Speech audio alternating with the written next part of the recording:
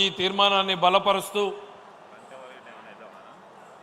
పదాలతోటి మనందరినీ ఆకట్టుకునేటువంటి ప్రసంగాలు చేసేటువంటి మన తెలంగాణ సోదరుడు శ్రీ నన్నూరి నర్సిరెడ్డి గారిని రావాల్సిందిగా ఆహ్వానిస్తున్నాం. గౌరవనీయులైనటువంటి సభాధ్యక్షులు, జాతీయ తెలుగుదేశం పార్టీ అధ్యక్షులు, భారత రాజకీయ ధృవతార మన ప్రియతమ నేత నారా చంద్రబాబు నాయుడు గారికి నిందలు, అపనిందలు, దాడులు, ఎదురుదాడుల మధ్య ఎదిగి యువగలమై నవగలమై జనబలంతో సాగుతున్న మన నేత, యువనేత నారా లోకేష్ గారికి, వేదికపై ఉన్నటువంటి అతిరథ మహారథులకు, సభా ప్రాంగణంలో ఉన్నటువంటి అతిథులకు, గ్రామాల నుంచి, గడపల నుంచి, తండాల నుంచి, తాలూకాల నుంచి, హైవేల నుంచి, బైపాసుల నుంచి, వివిధ రాష్ట్రాల నుంచి, వివిధ దేశాల నుంచి పసుపు జెండాలతో పయనమై వచ్చినటువంటి తెలుగుదేశం పార్టీ కుటుంబ సభ్యులకు, పత్రికా విలేకరులకు, మీడియా ప్రతినిధులకు, సోషల్ మీడియా సోదరులకు నమస్కారాలు.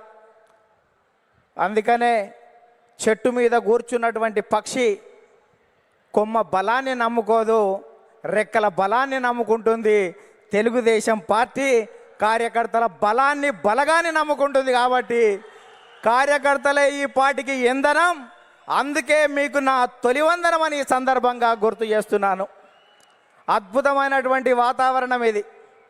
మొన్నటి వరకు ఒక రకంగా ఉండే, మా కాడ ముక్కోడు పోయిండు, మీ కాడ తిక్కోడు పోయిండు. ఇవాళ ముక్క ఆయనేమో లిఫ్ట్ ఇరిగేషన్, తిక్క ఆయనేమో ఆత్మలతోటి మాట్లాడేటువంటి పరిస్థితి ఏర్పడ్డది. ఈ సమయంలో జనం కోసం, జాతి కోసం, పేదల కోసం, బీదల కోసం మహానాడు ఏర్పాటు చేసుకొని అధికారంలో ఉంటే ప్రజలకు చేయవలసిన దాని గురించి, ప్రతిపక్షంలో ఉంటే ప్రజా సమస్యల మీద మాట్లాడేటువంటి ఈ మహానాడు వేదికపై, ఈ మహత్తరమైన వేదికపై తెలుగు జాతి విశ్వఖ్యాతి అనేటువంటి అంశం మీద ఈ తీర్మానాన్ని బలపరిచే అవకాశం ఇచ్చిన బాబు గారికి ధన్యవాదాలు. సోదరులారా, స్వర్గీయ నందమూరి తారక రామారావు గారి మనందరి ఆరాధ్య దైవం, తెలుగువాడి ఆత్మగౌరవానికి ప్రతీక, నమ్మిన సిద్ధాంతాల కోసం మడమ తిప్పని యోధుడు, ఎందరికో రాజకీయ జన్మనిచ్చిన కారణ జన్మడు, సినీ వినీలాకాశంలో రారాజుగా వెలుగుతున్నటువంటి సమయంలో రాష్ట్రంలో, కేంద్రంలో ఉన్నటువంటి పరిస్థితి చూసి ఢిల్లీ పురవీధుల్లో దిగజారుతున్న తెలుగువాడి ఆత్మగౌరవాన్ని పరిరక్షించాలని, తెలుగువాడి ఆత్మగౌరవం అంగట్లో అమ్మే సరుకు కాదని నిరూపించాలని, గాఢాంధకారంలో ఉన్న తెలుగు జాతికి వెలుగులు ప్రసాదించాలని, రాష్ట్రంలో ఉన్నటువంటి ఆర్థిక అసమానతలు, సాంఘిక దురాచారాలు, ఇవాళ నిరుద్యోగం, నిరక్షరాస్యత ఇటువంటివి పారదోలాలని, పేదల కోసం, బీదల కోసం, బడుగు జనం కోసం, పల్లె ప్రజల కోసం, అణగారిన జనాల అభివృద్ధి కోసం ఆదర్శవంతమైనటువంటి విధానాల ద్వారా తెలుగుదేశం పార్టీకి శ్రీకారం చుట్టాడు అని ఈ సందర్భంగా గుర్తు చేస్తున్నా. అందుకనే తెలుగుదేశం పార్టీ ఆవిర్భావం తర్వాత రాష్ట్ర రాజకీయాల్లో పెను సంచలనం చంపింది. 9 నెలల్లోనే ఇవాళ అధికారంలోకి వచ్చినటువంటి చరిత్ర మనది. భారతదేశ రాజకీయాల్లో సంచలనాలు సృష్టించినటువంటి చరిత్ర మనది. ఒక ప్రాంతీయ పార్టీగా ఉండి భారత పార్లమెంట్లో ప్రతిపక్ష స్థాయిలో కూడా ఉండగలమని నిరూపించినటువంటి చరిత్ర మనది. భారత ప్రధానమంత్రులు, రాష్ట్రపతుల ఎన్నికలో కూడా ప్రధానమైన భూమిక పోషించినటువంటి చరిత్ర తెలుగుదేశం పార్టీ. అందుకనే తెలుగుదేశం పార్టీ ఆవిర్భావం తర్వాత గ్రామాలకు మౌలిక సౌకర్యాలు అందాయి, ప్రజలకు సంక్షేమ ఫలాలు అందాయి, ప్రజలకు రాజకీయ చైతన్యం వచ్చింది, బలహీన వర్గాలకు రాజకీయ జీవితం వచ్చింది అని ఈ సందర్భంగా గుర్తు చేస్తున్నా. సామాజిక మార్పులకు స్వాగతం పలికాం, ఆర్థిక అభివృద్ధికి అందలం వేశాం, నిమ్న జాతుల ఉద్ధరణ కోసం, బడుగు జనోద్ధరణ కోసం బాటలు వేశాము అని ఈ సందర్భంగా గుర్తు చేస్తున్నాను. అందుకని సోదరులారా,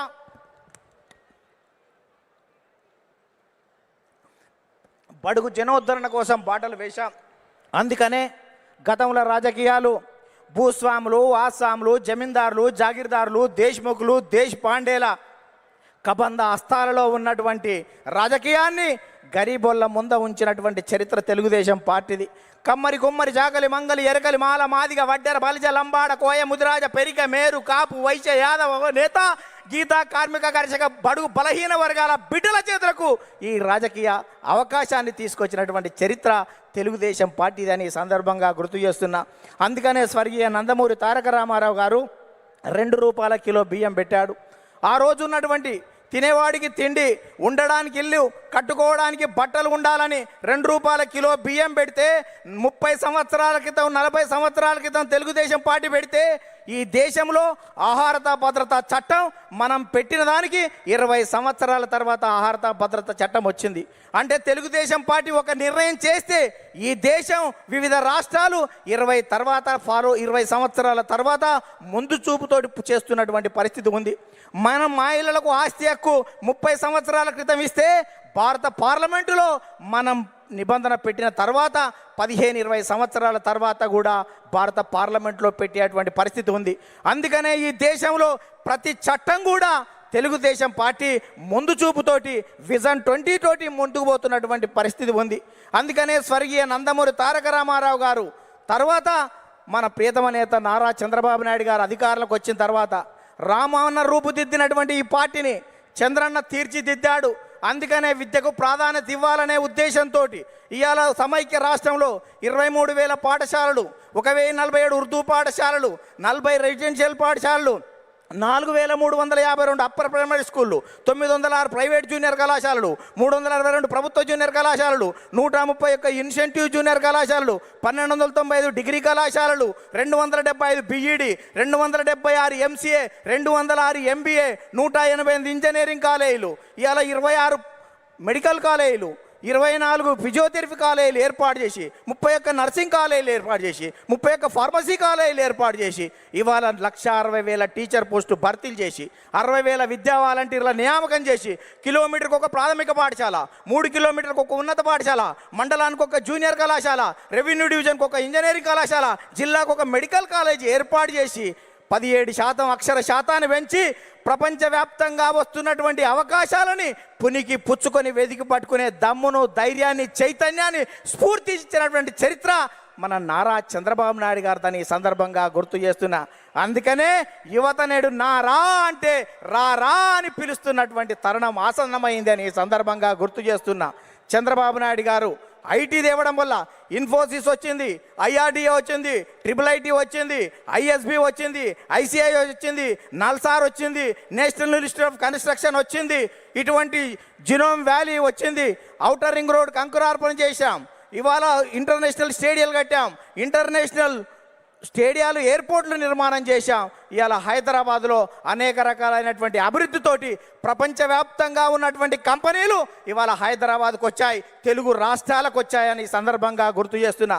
తెలుగుదేశం పార్టీ ప్రపంచవ్యాప్తంగా ఉన్నటువంటి తెలుగు వాళ్ళ కోసమే పనిచేస్తుంది అని ఈ సందర్భంగా గుర్తు చేస్తున్నాను. తెలుగు రాష్ట్రాల అభివృద్ధికి అడుగులు నేర్పినటువంటి చరిత్ర తెలుగుదేశం పార్టీది. తెలుగు రాష్ట్రాలలో ప్రగతిని పరుగులు తీయించినటువంటి చరిత్ర ఇవాళ తెలుగుదేశం పార్టీదని ఈ సందర్భంగా గుర్తు చేస్తున్నాను. అందుకనే సోదరులారా, ఇవాళ ప్రపంచవ్యాప్తంగా నారా చంద్రబాబు నాయుడు గారి మీద ఉన్నటువంటి మమకారంతో ఇవాళ చంద్రబాబు నాయుడు గారు అనుక్షణం, ప్రతిరోజు, ప్రతి గంట, ప్రతి నిమిషం, ప్రతి క్షణం ప్రపంచవ్యాప్తంగా వచ్చినటువంటి మార్పులను గ్రహిస్తూ మనని చైతన్యం చేస్తూ ఆ వైపు మనల్ని తీర్చిదిద్దు తెలుగు జాతిని మహోన్నత జాతిగా తీర్చిదిద్దేటువంటి దానికి శ్రీకారం చుట్టాడు అని ఈ సందర్భంగా గుర్తు చేస్తున్నాం. అందుకనే తెలుగుదేశం పార్టీ 20 సంవత్సరాల క్రితం చంద్రబాబు నాయుడు గారు జినోమ్ వ్యాలీ పెడితే కోవిడ్ టైంలో వ్యాక్సిన్ జినోమ్ వ్యాలీ నుంచి వచ్చి భారతదేశం మొత్తం ఇవాళ గర్వించదగ్గటువంటి వ్యాక్సిన్ 20 సంవత్సరాల క్రితం చంద్రబాబు నాయుడు గారు పెట్టిన జినోమ్ వ్యాలీలో తయారయ్యింది అంటే దేశం మొత్తం కూడా చంద్రబాబు నాయుడు గారికి ధన్యవాదాలు చెప్పవలసినటువంటి అవసరం ఉంది అని సందర్భంగా గుర్తు చేస్తున్నాను. అందుకనే అనేక మంది నేతలు రాజకీయంగా ఎన్ని విమర్శలు చేసినా మాన్యశ్రీ ప్రధానమంత్రి సైతం చంద్రబాబు నాయుడు గారి గురించి అనేక విషయాలు చెప్పారు. ముందు చూపుతో ఉన్నటువంటి అతని నాయకత్వాన్ని నేను అనుక్షణం చూస్తూ ఉంటానని చెప్పాడు. 20 సంవత్సరాల క్రితం చంద్రబాబు నాయుడు గారు టూరిజం గురించి చెప్తే ఎగతాళి చేసినటువంటి కమ్యూనిస్టులు మొన్న మా తెలంగాణ అసెంబ్లీలోనే టూరిజం అంటే మేము అపార్థం చేసుకున్నాం, అది అద్భుతం అని చెప్పినటువంటి పరిస్థితి చూసాం. అందుకనే ఇవాళటువంటి తెలంగాణలో ఉన్నటువంటి కొన్ని శక్తులు మనం నిత్యం వ్యతిరేకించే వాళ్ళు అనేక సందర్భాల్లో కూడా మనం చేసినటువంటి చంద్రబాబు నాయుడు గారి జినోమ్ వ్యాలీ గురించి కానీ ఆర్థిక అభివృద్ధిని ఏ రకంగా ముందుకు తీసుకువెళ్ళాడనేటువంటి విషయం ఒప్పుకున్నటువంటి ఉంది. అందుకనే ఇవాళ 2 రాష్ట్రాల్లో ప్రపంచంలో ఉన్నటువంటి తెలుగు వాళ్ళందరికీ తెలుగుదేశం జెండా కింద తెలుగు రాష్ట్రాలు కాదు, ప్రపంచవ్యాప్తంగా ఈ తెలుగు జాతి ఏకం కావాలి. తెలుగుదేశం జెండా కింద మనం అందరం ఐక్యంగా ముందుకు సాగుతూ ప్రపంచంలో ఒక గొప్ప జాతిగా మనం కీర్తి గడించవలసిన అవసరం ఉందని చెప్తూ ఆ కార్యక్రమానికి శ్రీకారం చుట్టిన నారా చంద్రబాబు నాయుడు గారికి, లోకేష్ గారికి ప్రత్యేక ధన్యవాదాలు చెబుతూ మనం అందరం కలిసి కట్టుగా కలిపి జట్టుగా ఈ పార్టీ ప్రతిష్టత కోసం కృషి చేద్దామని చెప్తూ ముగిస్తున్నాను. ధన్యవాదాలు. Thank you.